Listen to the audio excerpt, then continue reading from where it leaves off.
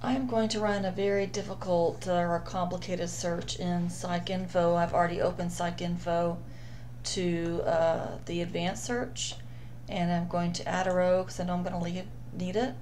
And I'm going to scroll down and go ahead and select peer review journals. So I have a question here from Professor that is an example for students. The question or the topic or hypothesis that student might want to use is what are effective methods for teaching social language skills to preschoolers with autism? So I have chosen a couple of those words to run in my search, and I've also added synonyms for some different words. For example, let's take the first one, social language.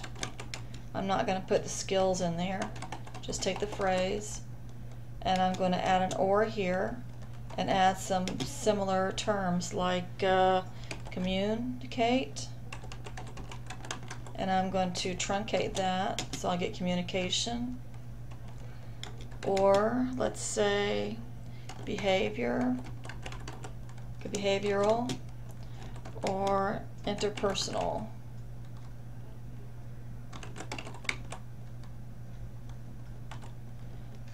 And I realize this is more of an adjective. Next line down, I'm going to add the terms for language, so I'm just going to add language. And then the next term down will be terms for autism. So I will type in autis and truncate that so that I'll get autism, autistic also. Or it could be Asperger's, so Asperger's, and truncate that. Or it could be, actually another one is dissociative, persuasive dissociative disorder. So, no, I'm sorry, it's pervasive dissociate.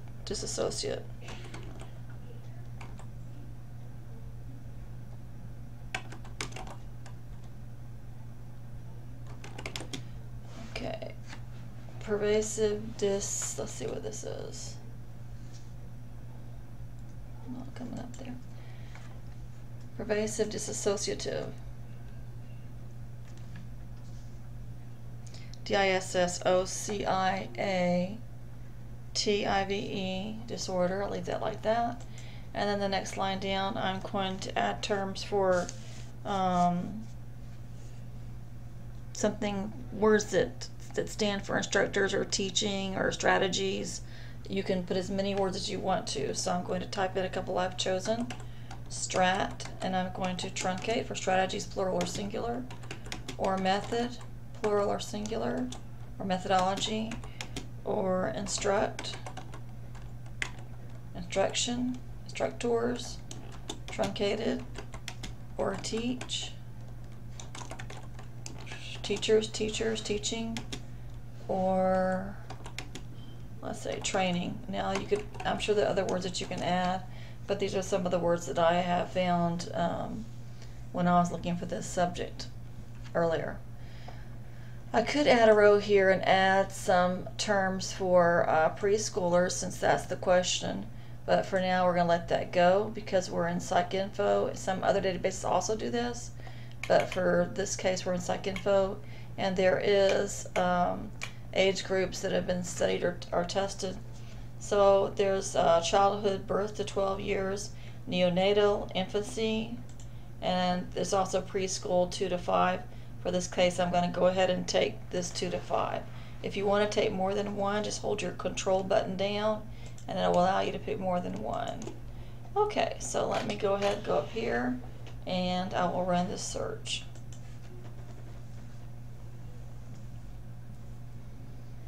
So let's say that I might want to show this to another student I'm working with or show it to a class. I want to save it. Then all I have to do once I'm in my database and I've signed in, and I've already signed in here and here and signed in, it says not Diane right here. I'm going to hit the search history button right here. You see the arrow pointing to the right.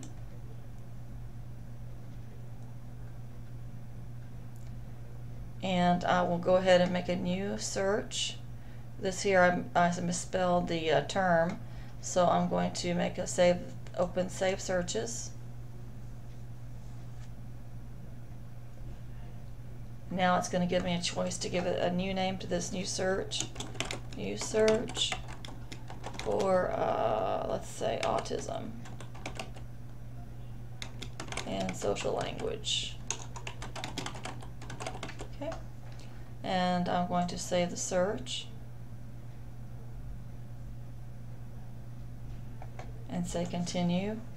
Remember, I'm in the psych info database. That's something that I probably should have put in my name, so that I remember that, so that when I go back to rerun the search, I get back to the same database and log in and sign at the top, the correct one, and then run the search in the same database. Okay, so if I click over here on Save Searches, I will get this list right here, and here's my new search for autism and social language, and I'm going to edit that real quick, and I'm going to add the word PsycInfo here so I remember what database I was using, and go ahead and save that. Continue. Now I'm still logged in, and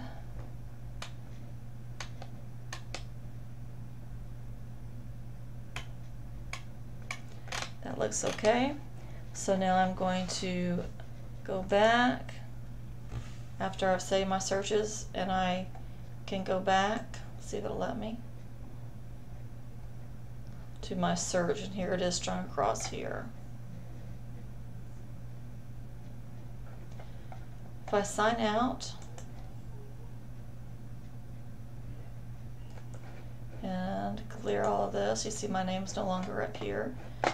If I'm coming in from home, I would click on the Moody Library homepage, click on Find Articles Using Databases, go into the Psychology Sociology tab, and then open PsycInfo to make sure I'm in the right database. Then I would sign in, of course, from home with the Husky Dog blinking at you, and then you come up to the blue and you sign in again. So I'll sign in here again.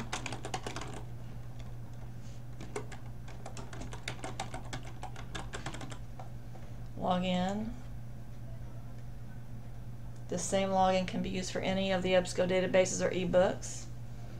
And I will click over here on folder, because this is just a search page here. Now as I scroll down, I will see, once I click on, these are just articles I've saved, click on saved searches, there's 6 there, and this one here is the one I just saved. I can actually retrieve that search, or I can edit my search, either one. Okay, hope that helps you with using these searches. Let me go ahead and rerun this search. I'll say retrieve save search, and I want to rerun this last one that I did, so I'll ask it to rerun it.